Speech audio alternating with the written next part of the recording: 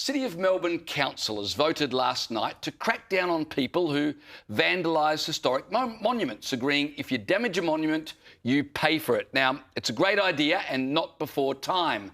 You'd think the idea would have received unanimous support, but that's because you're forgetting about the Greens. Greens Councillor Olivia Ball voted against the motion. She argued damage to monuments should be considered on a case-by-case basis, taking into account what she calls historical merit and community sentiment. In other words, vandals wouldn't need to pay for damage if it was agreed the monument was already unpopular.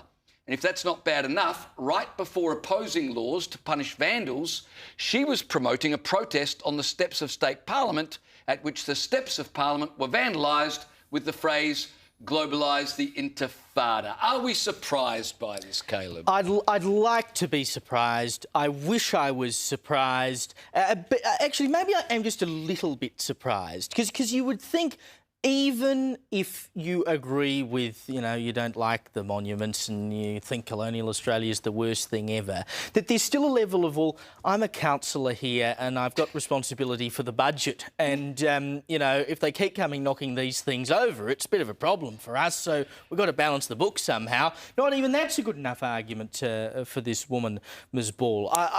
Dr Ball. Mm-hmm. You know how particularly women get upset. They're a doctor. I think she's a doctor of psychology. Yeah, well, and this is, they never... And human rights law. They never... and you can't be a medical doctor of psychology, right? You've done a PhD to become a doctor of psychology. And particularly women get really upset if you don't note that they're a doctor despite not being a medical doctor.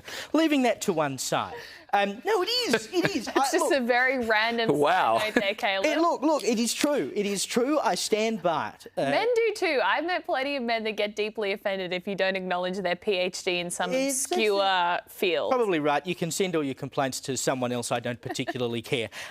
But the idea that you are saying almost by consensus that we can start destroying public property and that you have no responsibility for doing so, I mean, at least the Greens are taking the mask off now and saying, yeah, we're actually just anarchists and everything is up for grabs. I mean, surely, and I'm not suggesting that you do this, by the way. Please don't take this seriously. It is called satire, ladies and gentlemen. But if someone went around and broke all of the windows on her house, I hope that she will now agree that she shouldn't pursue charges for that and no one should have to pay any compensation, and she should pay for the repairs, forget about the insurance company, etc. Because if enough people agree that her windows ought to be broken, then surely that's fine, right? I mean, that's what you're saying. If enough people think it's OK to destroy another person's property, then good for you. No, she ought to be turfed out of the country along with all of these people who keep going around destroying these monuments. No, exactly right. Well, she also voted against a motion to increase CCTV coverage of the city, which would deter vandals and mean that the city could better track them.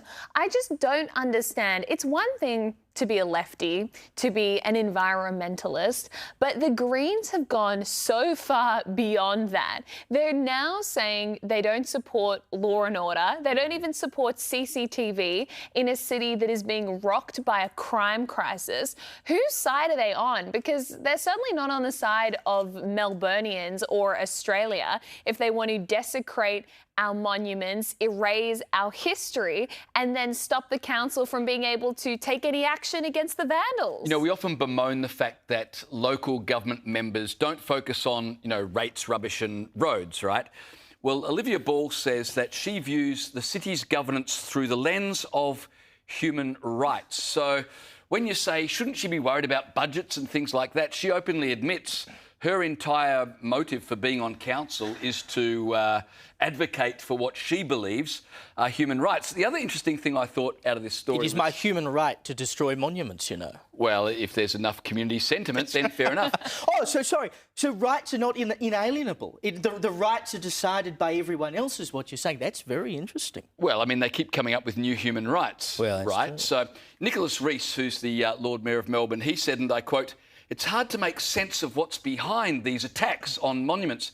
Well, I think we know now people are being outright encouraged by Greens like Olivia Ball, who openly says, you know what, if you reckon that monument might not have public support, then it's open slather. But the Greens' whole platform as a party has just become about hating this country. That is all, frankly, they stand for at this point. How often do you actually hear them talking about the environment anymore, or climate change? Bob Brown looks like a positive conservative these days. He looks like a tree Tory compared to the new. He'll be the brand latest of recruit Greens. for One Nation, the way the Greens are going. That's right, yeah, I know. And of course, all the people in the party, like Bob Brown and his mate up in Queensland, whose name escapes me at the minute, who tried to say, oh, maybe we should, stop talking about trans issues and talk about the environment instead. I mean, the fellow from Queensland got chucked out of the party.